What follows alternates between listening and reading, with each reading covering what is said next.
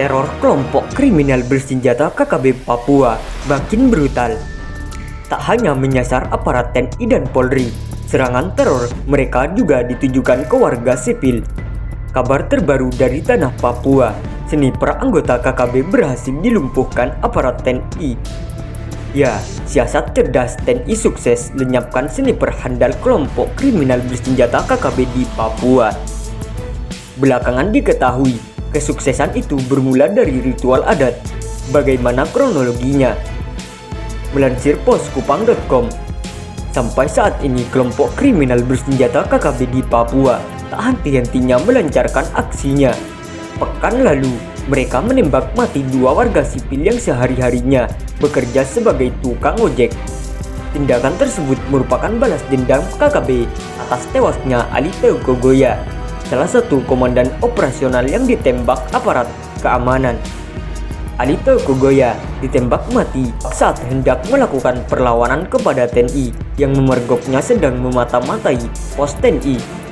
Pasca peristiwa tersebut, kini beredar sebuah video di media sosial isinya tentang kehebatan sang sniper KKB. Sniper tersebut merupakan salah satu andalan KKB yang begitu dibanggakan di pedalaman Papua. Tembakannya tak pernah meleset. Karena faktor itulah sniper itu selalu diterjunkan bila KKB berhadapan dengan TNI Polri. Rupanya kisah tentang sniper yang tak disebutkan identitasnya tersebut memantik amarah TNI Polri. Dan hanya dengan sebuah jebakan kecil, oknum sniper itu pun jatuh memeluk bumi.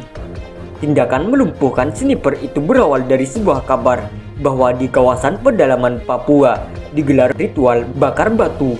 Acara tersebut dihadiri banyak orang, baik laki-laki maupun perempuan, termasuk anak-anak. Atas kabar itulah TNI Polri terjun ke lokasi. Targetnya adalah memantau keadaan agar tak terjadi hal-hal yang tak diinginkan. Apalagi terbetik kabar kalau sang sniper juga hadir pada momen tersebut. Bak gayung bersambut, itulah yang terjadi pada saat itu. Ketika ritual bakar batu sedang berlangsung, tiba-tiba KKB mengibarkan bendera bintang kejora di lokasi acara. Fakta tersebut memberikan kemudahan kepada TNI untuk mengambil tindakan sebagaimana yang direncanakan.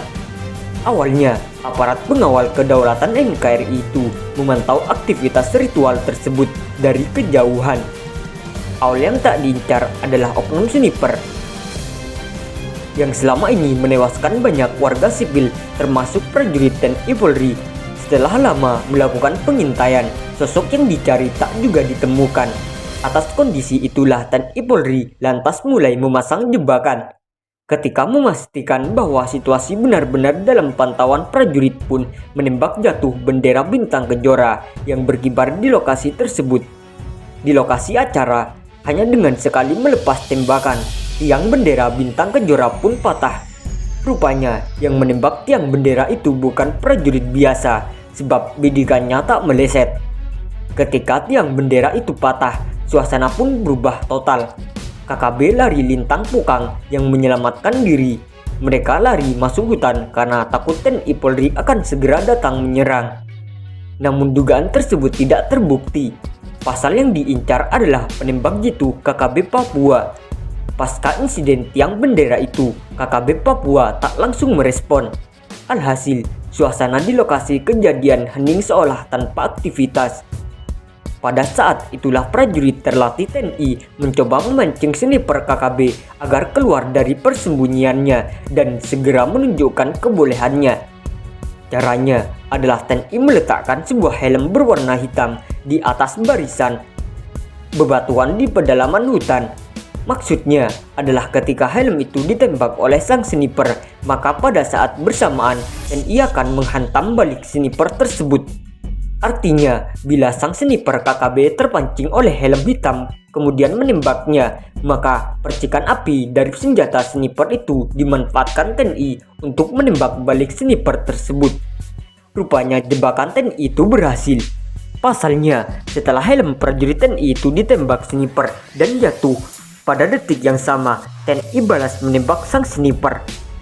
Setelah itu, KKB Papua tak lagi melancarkan serangan dan beberapa saat kemudian terlihat asap mengepul di bawah kaki Gunung Batu tak jauh dari lokasi kejadian. Warga Papua saat berkumpul untuk ritual bakar batu. Di tengah mereka ternyata ada KKB. Sesuai tradisi KKB Papua, bila ada personelnya mati tertembak, maka jenazahnya akan dibakar. Oleh karena itu, ketika terlihat asap mengepul di bawah kaki gunung tak jauh dari lokasi kejadian, terungkap kabar bahwa sniper andalan KKB itu telah tewas tertembak.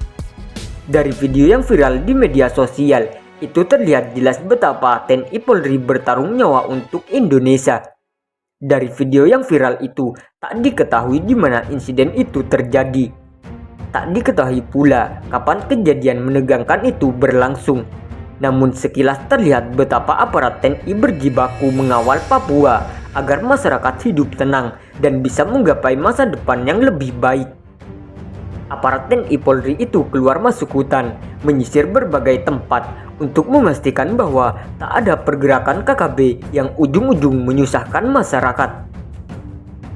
Serda Rizal, salah satu prajurit TNI di Papua, gugur saat insiden baku tembak terjadi dengan kelompok kriminal bersenjata KKB.